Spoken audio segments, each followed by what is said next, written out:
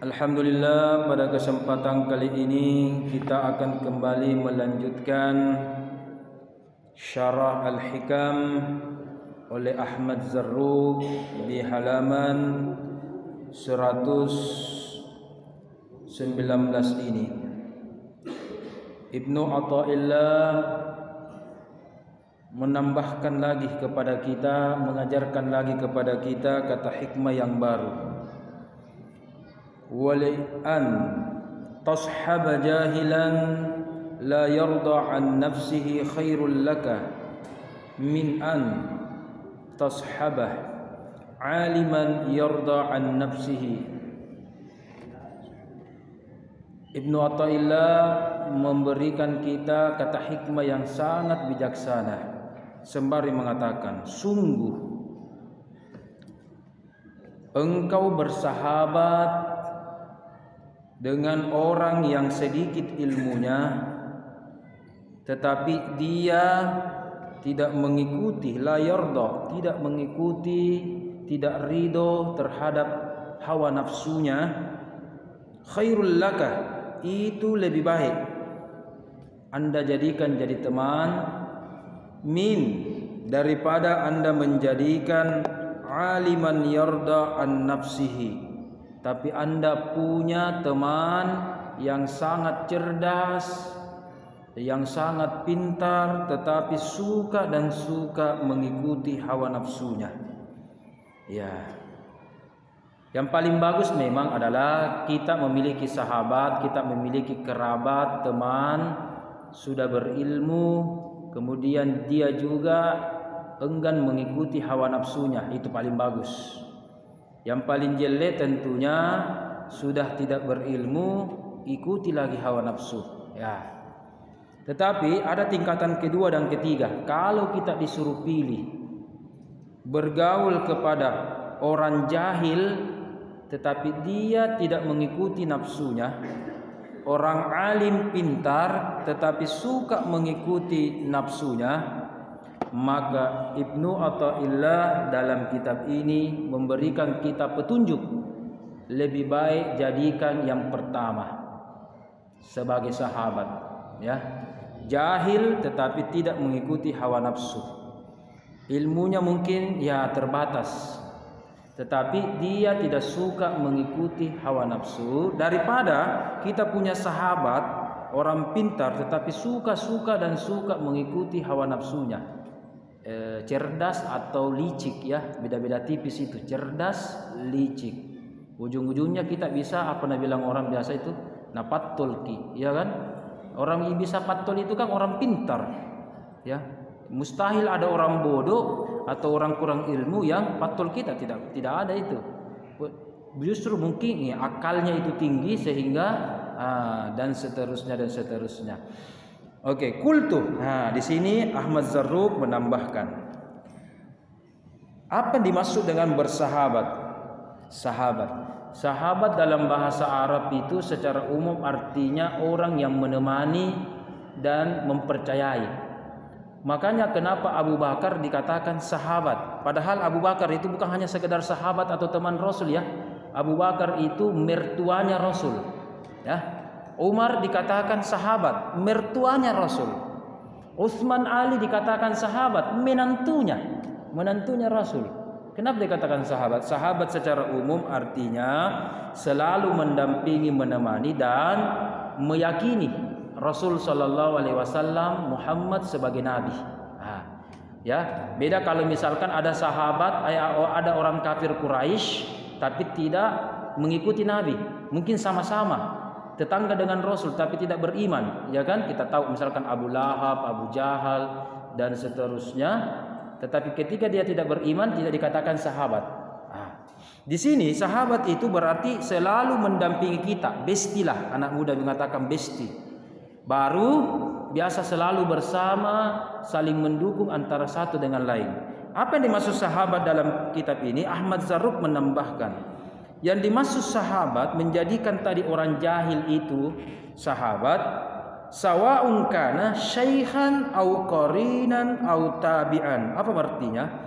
Yang dimaksud artinya berteman, apakah orang tersebut syekh kita, guru kita, qorinan sahabat kita. Jadi kalau syekh mungkin agak di atas, qorinan itu sejawat, partner kita, tabi'an mungkin itu murid-murid kita atau yang lebih junior, ya kan? Syekhan mungkin lebih senior, kalau qorinan seletingki, kalau tabi'an itu junior kita. Ya, tidak peduli kita bergaul kepada senior, satu letting, kerabat ataupun junior kita, tetapi kita harus lihat kalau dia walaupun misalkan jahil, ilmunya terbatas, tetapi la yarda an nafsihi khairul laka.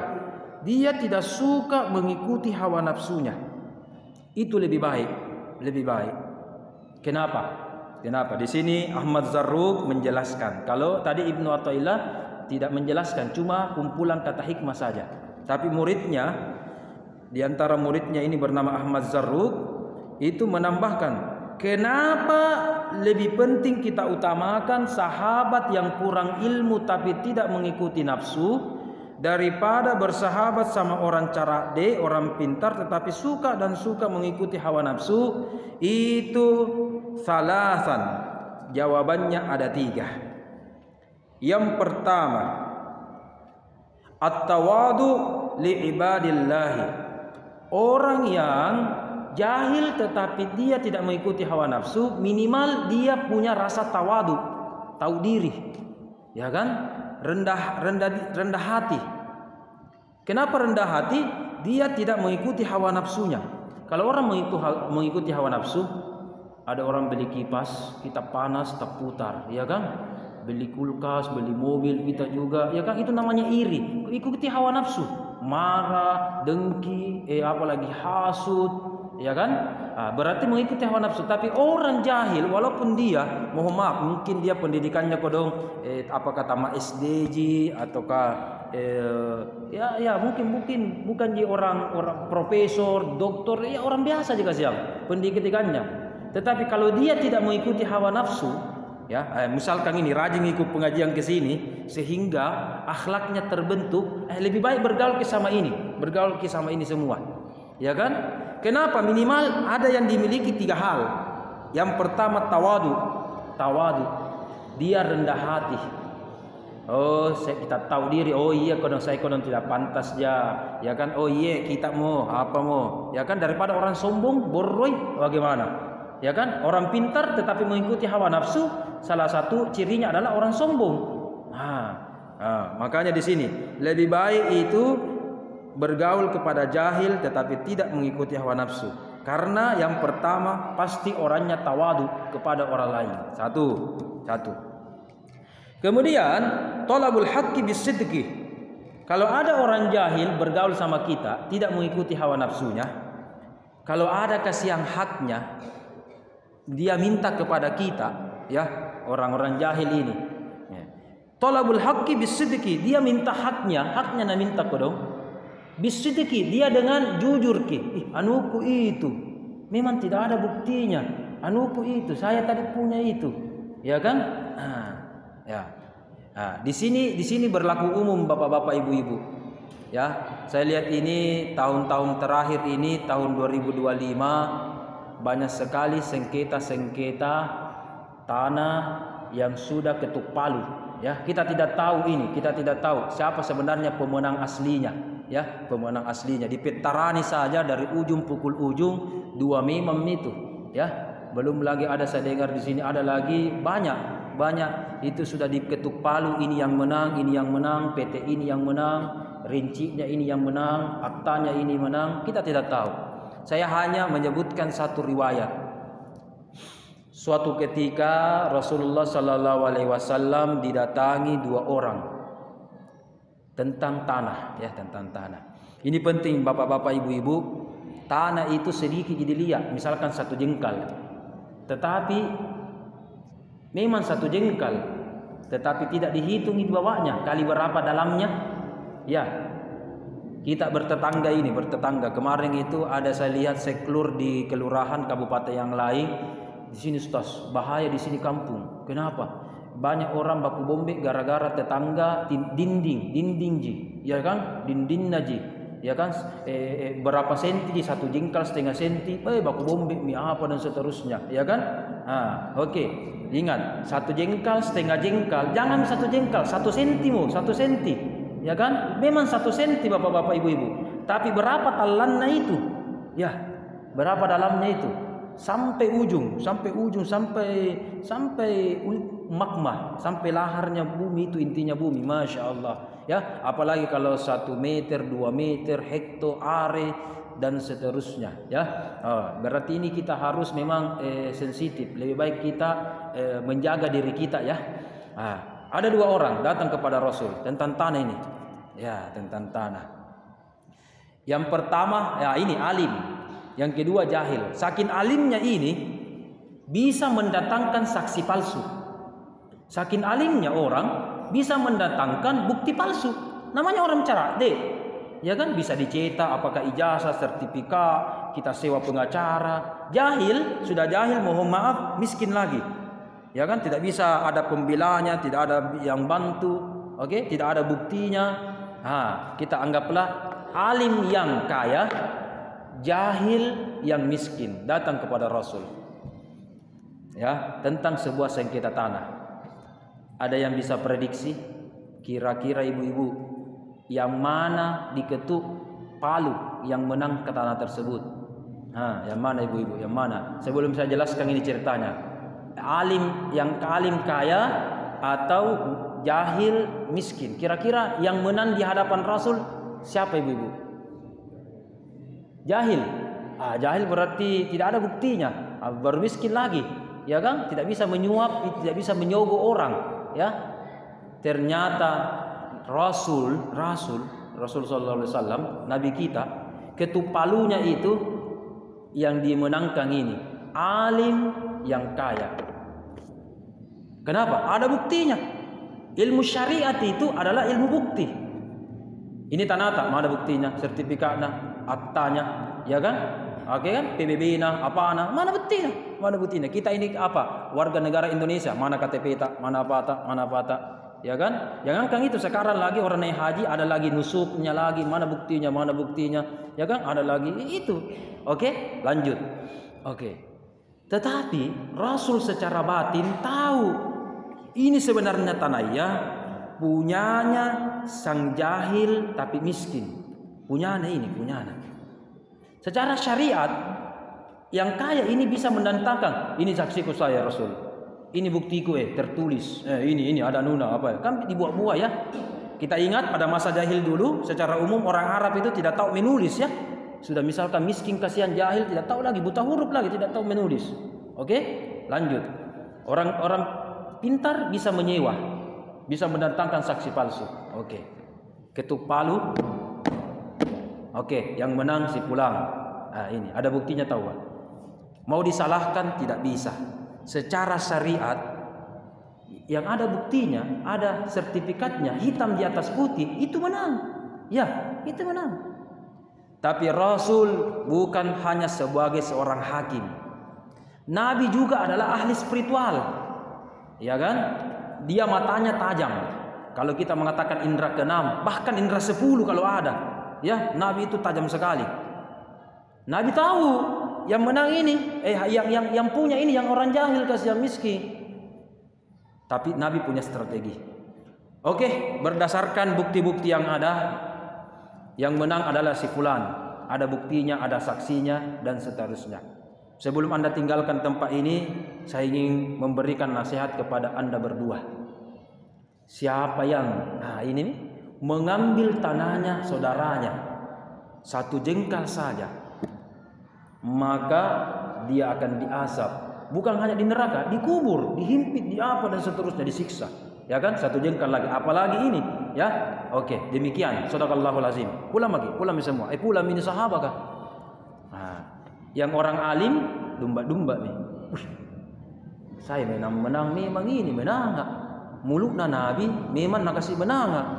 Tapi nasihatnya Nabi, domba-domba kini, ya kan? Disiksa gini. Nabi bilang begini nih, bukan orang lain. Yang kalah, ya Ya, berarti memang bukan hakku ya Rasul, ya kan? Sami'na wa ta'na. Nabi ini kan menentukan ya. Walaupun saya punya itu, tapi karena Nabi yang memutuskan, ya tidak demo-demo lah. Sabar, ikhlas saja kau dong, ikhlas. Nah, itu dia tidak mengikuti hawa nafsu. Kalau mengikuti hawa nafsu, marah-marah nih. Apa mina hujat nih? Kau ini apa ji? Nabiku, ustazku, apa ulamaku, apa biasa, dokterku, orang kayaku, masa begitu kau? Kan biasa orang begitu kan, tunjuk-tunjuk. Ini tidak mengikuti hawa nafsu. Itulah enaknya orang yang tidak mengikuti hawa nafsu, akhlaknya baik. Lanjut. Saya lupa apakah 1 jam 1 hari, tidak lama kemudian datangi coko-coko ini yang alim, yang orang pintar kepada Nabi. 4 mata datang. Ya Rasulullah, pemupura enggak minta maaf. Sebenarnya tadi itu cerita kami saksi palsu, bukti palsu, mengaku bukan tanahku itu apa. Saya tadi mendengar nasihatmu, susah tidur, susah apa. Saya kalau begitu saya kasih kembali. Saya kasih kembali. Malaka ya Rasulullah, takut kak? Takut. Dipanggil lagi si fulan. Ini tanah kembali kepada Anda. Dia mengaku berlaku curang, ambil mitanata. Apa kata si fulan yang jahil? Saking dia ikhlasnya mengikuti perintah Rasul, ya, tidak sekedar hawa nafsu. Ya Rasulullah, sudah miku ikhlaskan, ridho mak, rela mak.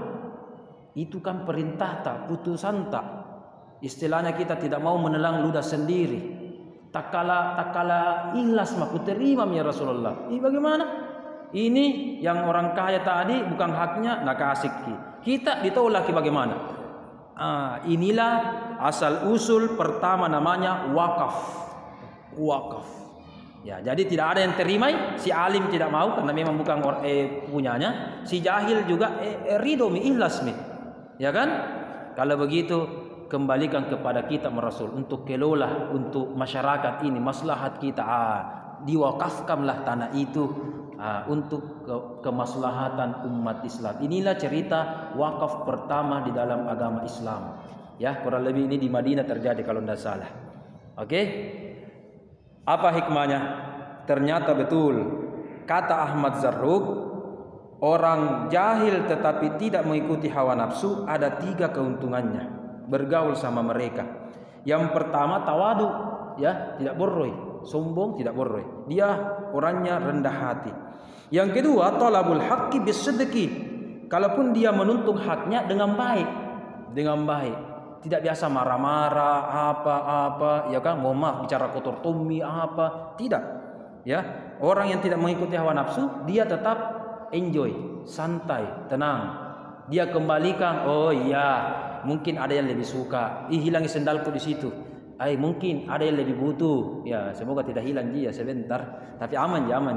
Ya, aman je. 1 tahun mak di sini alhamdulillah tidak pernah hilang. Ya kan?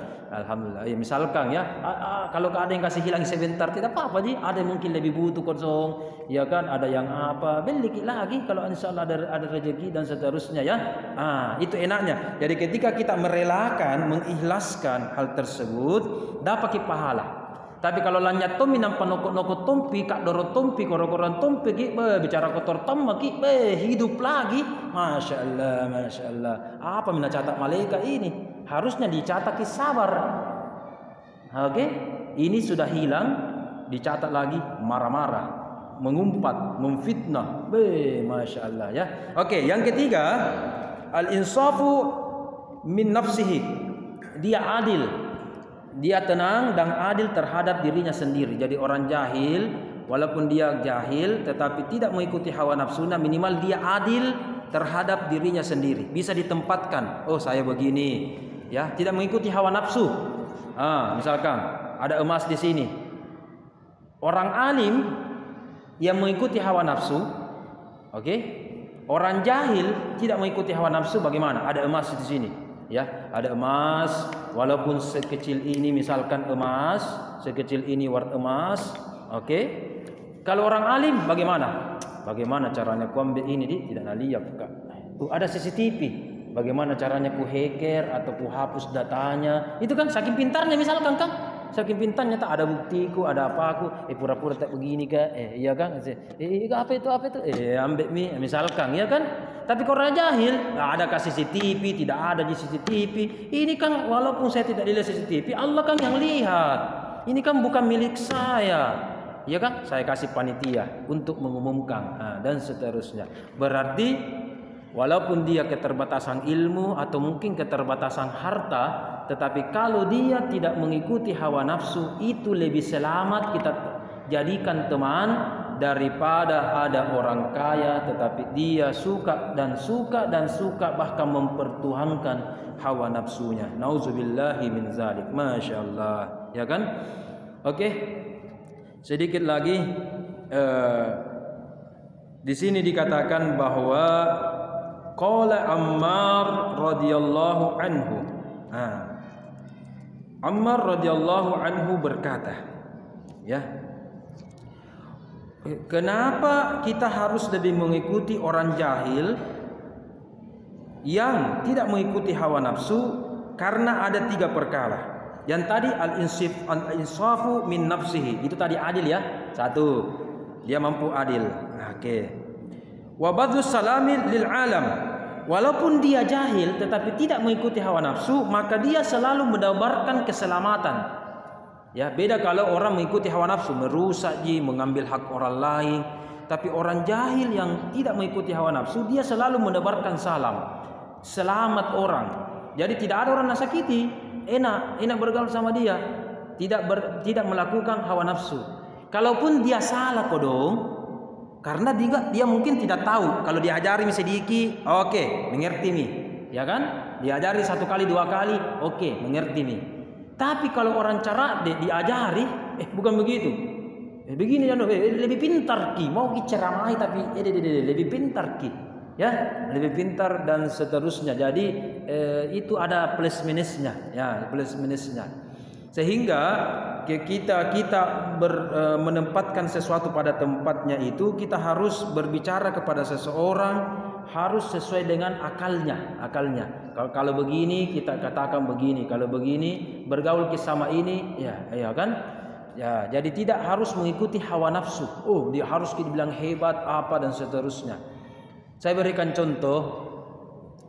Saya paling susah mungkin kalau disuruh berceramah di Al-Markas Makassar.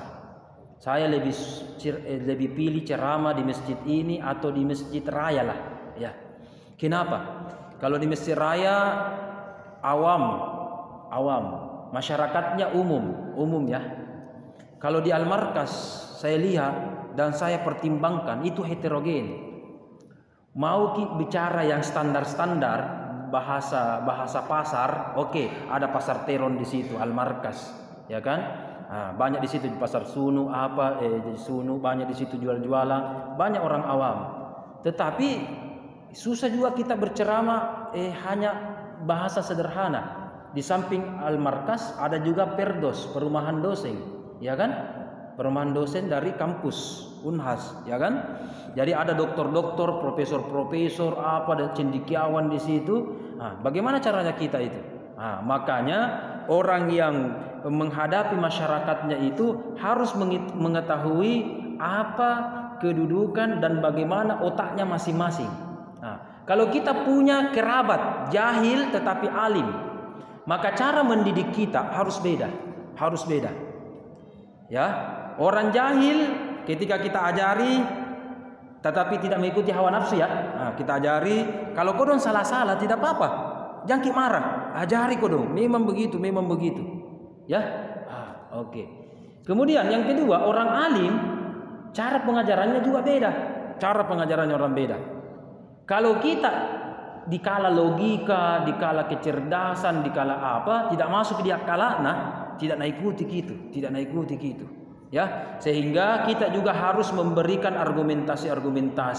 Biasa itu naseram balik. Kalau anu ya, ya kan? Saya pernah diskusi dengan mahasiswa itu berbicara tentang sabar dalam Al-Qur'an, ya, sabar dalam Al-Qur'an. Menurut mahasiswa saya, sabar itu ada batasnya. Oh iya. Jangan contohi Nabi. Iya. Dia ya, saya belum masuk ini, baru di hadapan presentasi sama teman-temannya di kelas. Jangan ikuti Nabi. Kalau Nabi sabarnya begitu, memang Nabi. Kita bukan Nabi. Wih, cerdas juga ini anunya, gitu. Ya kan? Iya. Sabar itu ada batasnya, bagus. Tapi Nabi begini. Memang Nabi begitu, tapi kita bukan Nabi. Wih, saking cerdasnya itu kan biasa tuh ada orang diskusi berdebat, nabaleki kiki, ya kan? Ya, para dia dulu diskusi 10 orang, 20 orang diskusi dulu. Alhamdulillah. Di sesi terakhir, barulah ada kesempatan kami untuk menjelaskan bagaimana dua kubu ini ya hampir baku geak gara-gara sabar. Gara-gara sabar. Ini membuktikan yang diskusi ini tidak sabar. Ya, sabar nak cerita, baru dia tidak sabar. Bilang, bagaimana ini adik-adikku semua ini? Kita ini berbicara tentang sabar dari Al-Quran, tapi Anda semua ini tidak sabar. Ya kan? Begitu istighfar dulu semua ini. Mau bicara tentang sabar, kalau mau ke sabar, pergi di rumah saya di Penjernihan. 2 rumah dari rumah saya namanya Pas Sabar. Kita belajar di situ kalau mau. Tapi bukan itu, ya kan? Oke, kita jelaskan. Dikatakan sabar itu ada batasnya. Ya, Nabi bilang ada batasnya, Ustaz. Oh, iya. Oke. Oke. Ada yang bukan tidak, Ustaz. Sabar itu tidak ada batasnya. Bagaimana ibu-ibu? Sabar itu ada batasnya? Ada? Ada kira-kira? Ada atau tidak? Oh, ada. Oh, ada. Ya, ada. Iya, ada batasnya ya. Iya. Dan kebetulan tidak jauh dari kita ini perbatasan. Perbatasan ya, perbatasan gua. Oke. Sana sedikit mencolok perbatasan Maros. Oke. Namanya perbatasan bapak-bapak ibu-ibu ya, namanya. Kalau lewat maki perbatasan, apa namanya? Misalkan sekarang kita ada maki di Makassar, lewat Baruga, Nipa-Nipa, ada maki di situ di Moncoloe, lewat perbatasan. Apakah kita sudah di Makassar? Tidak. Oke, lewat batasnya Makassar. Berarti apa namanya? Maros. Oke? Kita ada di Hertasling, sudah masuki Citraleng, ada perbatasan, ada Patung Badik di situ. Oke, lewat perbatasan dari Makassar, Hertasling Petarani kita, berarti masuk perbatasan, bukan di Makassar namanya. Apa namanya? Goa. Berarti kalau lewat di batas, bukan itu namanya. Kalau hemat kami yang kami pelajari, kalau sabar ada batasnya, berarti kalau melewati batas tidak sabar nih, Bu. Melewati sabar apa namanya? Koro-koroan mi, mengelumi. Iya kan? Kak dorok mi. Iya kan? Apalah pote-pote mila istilahnya. Berarti kalau ada batasnya berarti tidak sabar nih. Ya. Lewat batas. Ada kini Makassar lewati batas. Rumah tadi dilewati mi pagar, jalanan mi. Kiri kanan rumah mi orang. Di belakang rumah mi orang. Masuk ki adik-adik. Ada acara mungkin ini. Ya tahu majelis TPA kita ini, masya Allah. Kita saksikan dulu pariwara berikut ini. Iya. Silakan. Ada mungkin acara ini. Ini semua anak-anak generasi bangsa ini, ya. Ya kita harus didik baik-baik ini anak muda kita ini, ya. Saya dan kita semua ini akan meninggal, yang menggantikan kita ini semua anak muda ini semua, masya Allah, ya. Oke, kita lanjut. Sabar atas batasnya. Sehingga kalau lewat di batas bukan sabar. Makanya ya kalau hemat saya jangan kasih batas itu sabar. Kalau dikasih ke batas itu sabar, berarti ada alasan tak untuk marah. Mengikuti apa namanya itu? Ya, satu. Yang kedua, itu kan Nabi begitu, Ustaz. Kita kan bukan jakit Nabi. Gitu gue ini. Pori-pori semua itu orang ya. Apalagi kalau mahasiswaku itu biasa di S2, di S3 biasa enak nih orang kan berdiskusi nih, ya kan? Oke. Betul. Begini kalau begitu. Karena Nabi begitu, kan kita bukan Nabi. Kalau begitu Nabi kan selama ini sholat 5 waktu. Anda sholat juga? Berarti mengikuti Nabi. Nabi Muhammad puasa Ramadan. Berarti kita juga ikut puasa Ramadan. Berarti harusnya Nabi dengan umatnya sama. Ya. Berarti kalau Nabi tak bisa sabar, apa bedanya? Kita juga ikuti. Ya, kalaupun kita beda sabar tak, yang penting ikuti saja sesuai kemampuan tak. Ya kan? Jangan bilang, Nabi kan, itu kan Nabi. Iya kan? Itu kan Nabi. Justru kita sekarang adalah nabinya. Apa artinya nabinya? Kita nabi sekarang artinya utusan, dakwah-dakwah. Betul, secara zahir Nabi dan Rasul oke, sudah berada di alam sana. Ada ulama kita, ada pandrita kita, ada kiai kita, ada andri gurutta kita. Mereka disebutkan dalam hadis warasatul anbiya, pewaris nabi. Ini para nabi kita, ya, nabi pewaris, ya, pewaris nabi. Oke? Sehingga kita harus ikuti. Nabi bilang begini, ikuti. Kalau kita alasan bilang nabi begini, kalau begitu jangan maki kita. Kalau Allah begitu bahaya. Ya kan? Nabi itu sholatnya begini, demi peng kita deh. Ya kan? Nabi melakukan sunnah begini, demi peng kita deh Senin Kamis. Ya kan? Senin Kamis. Nabi kan hari Senin ulang tahunnya, saya hari Rabu pengen ku puasa deh. Ya kan? Biasa begitu. Ya kan? Oleh karena itu saya minta bapak-bapak, ibu-ibu tidak mudah terpengaruh oleh hawa nafsu. Saya teringat itu Guru Tak Mustamin.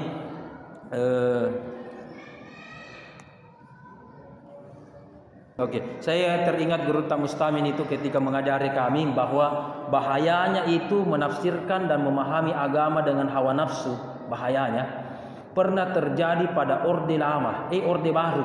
Kita tahu jamaah siapa presidennya Orde Baru, presiden kedua Republik Indonesia yang sangat bagus sekali, ya. Mertuanya presiden sekarang ya. Di Orde Baru itu secara umum kan 3 partai secara umum. Ada warna merah, ada warna kuning, dan ada warna hijau. Itu juga secara umum ya.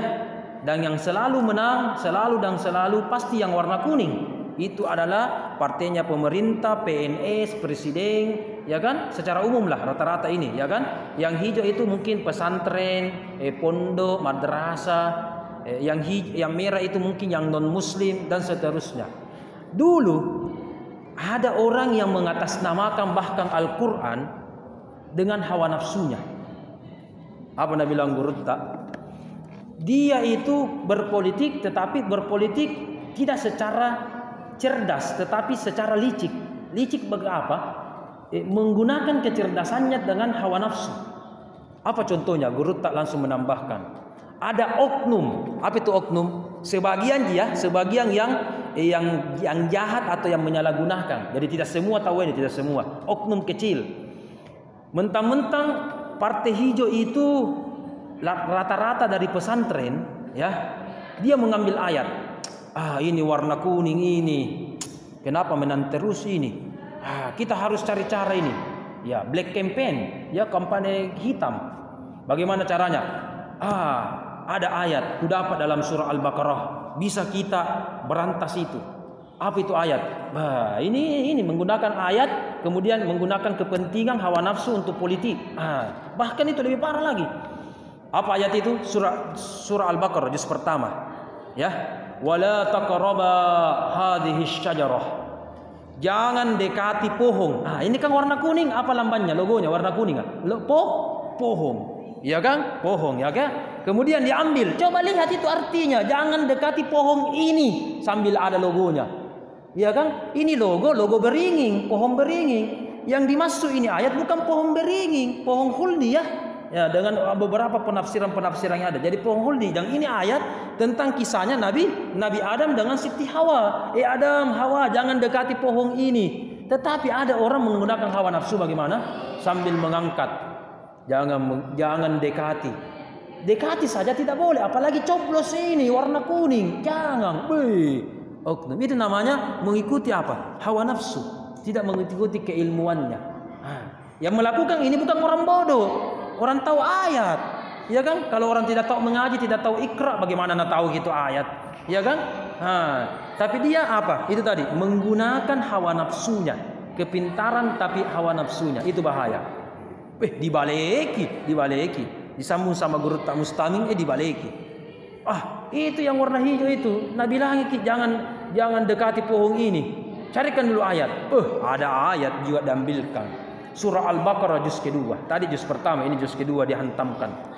Fawalli wajhaka syatral masjidil haram. Palingkan wajahmu dari Masjidil Haram. Yang warna hijau itu logonya apa? Logo simbol agama kita, ya kan? Kiblat kita ya logonya ya. Kalau begitu palingkan mukamu saja ke sana, palingkan, jangan lihat. Dan ketika nanti di bilik pemilu jangan coblos, apalagi rusak gambarnya dengan paku, penistaan agama itu. Iya kan, masa itu gambar Ka'bah dirusak, dilecehkan, jangan ditusuk dengan paku. Ini mau pohonmu saja atau apa mau saja do. Ya kan, ini masa paku Ka'bah kita ini pakai sholat baru dirusak-rusak dengan paku. Bagaimana itu? Dibaliki. Bagaimana kalau begitu? Iya kan? Padahal ayat yang dipakai fawalli wajhaka itu ayat tentang kiblat. Makanya nanti di sana ada namanya Masjid Kiblatain. Nah, ini ayatnya ini Masjid Kiblatain.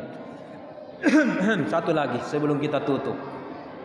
Yang warna merah simbolnya binatang atau hewan. Dikasih lagi. Surah Al-Baqarah lagi, surah Al-Baqarah. Innallaha ya'murukum an tadhbahu baqarah. Innallaha ya'murukum an tadhbahu baqarah. Sesungguhnya Allah memerintahkan kita untuk menyembelih baqarah, sapi betina. Padahal lambannya ini kasih yang bukan sapi, kerbau. Entahlah jantan atau betina, entahlah, tidak tahu ya. Tapi ini sambil jangan ini, bahkan innallaha menyuruh kita untuk membunuh, ganyangi.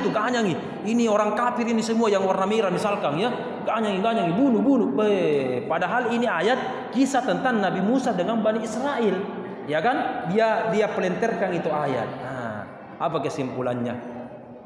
Ilmu itu bisa mengantarkan kita ke surga, bisa mengantarkan kita ke neraka. Ya. Kesimpulan yang kedua sebelum kita tutup, begitu pula harta, keluarga, apa yang kita miliki semua ini bisa mengantarkan kita ke surga, kebaikan atau neraka. Ya kan? Kemarin bagi yang punya uang, alhamdulillah 2 kita berkurban, alhamdulillah itu lebih afdal. Jadi sekarang kita mau menyumbang sekarang, berapa kemarin berkurban haji? 2 kan? Ah itu. Sekarang ada orang menyumbang 2 juga, sama-sama 2, anggaplah sama-sama ikhlas. Maka orang berilmu yang tidak mengikuti hawa nafsunya, maka dia memilih berkurban. Ya kan? Anggaplah ini sama-sama minimal nilainya, tetapi dia berkurban, berarti lebih utama itu berkurban. Makanya kalau nanti tahun-tahun depan lagi kita berkurban di sini, kasih keluar memang nuwanta. Ya, sekarang baru mau kasih keluar menyumbang 2, ya kan? Mungkin berpahala mungkin, tetapi beda barakahnya ketika kita berkurban. Padahal rupiahnya sama. Ya kan? Nah, kita menggunakan, jadi bisa kita simpan itu. Oh, kita mau begini dan seterusnya. Kemudian kesimpulan yang ketiga, mari kita sama-sama belajar untuk mengendalikan hawa nafsu. Kenapa? Hawa nafsu ini kalau tidak dikendalikan banyak maunya, mau ini dan seterusnya. Kita belajar ilmu hikmah supaya hawa nafsu kita terkendali, ya. Selain belajar memperbaiki akal, pikiran-pikiran dan seterusnya, kita juga untuk memperbaiki sama-sama qalbu kita supaya tidak mengikuti hawa nafsu. Demikian mungkin dari kami. Wabillahi taufiq wal hidayah. Subhanaka la ilma lana illa ma 'allamtana innaka antal alimul hakim. Wa sallallahu ala sayyidina Muhammad walhamdulillah rabbil alamin. Al-Fatihah.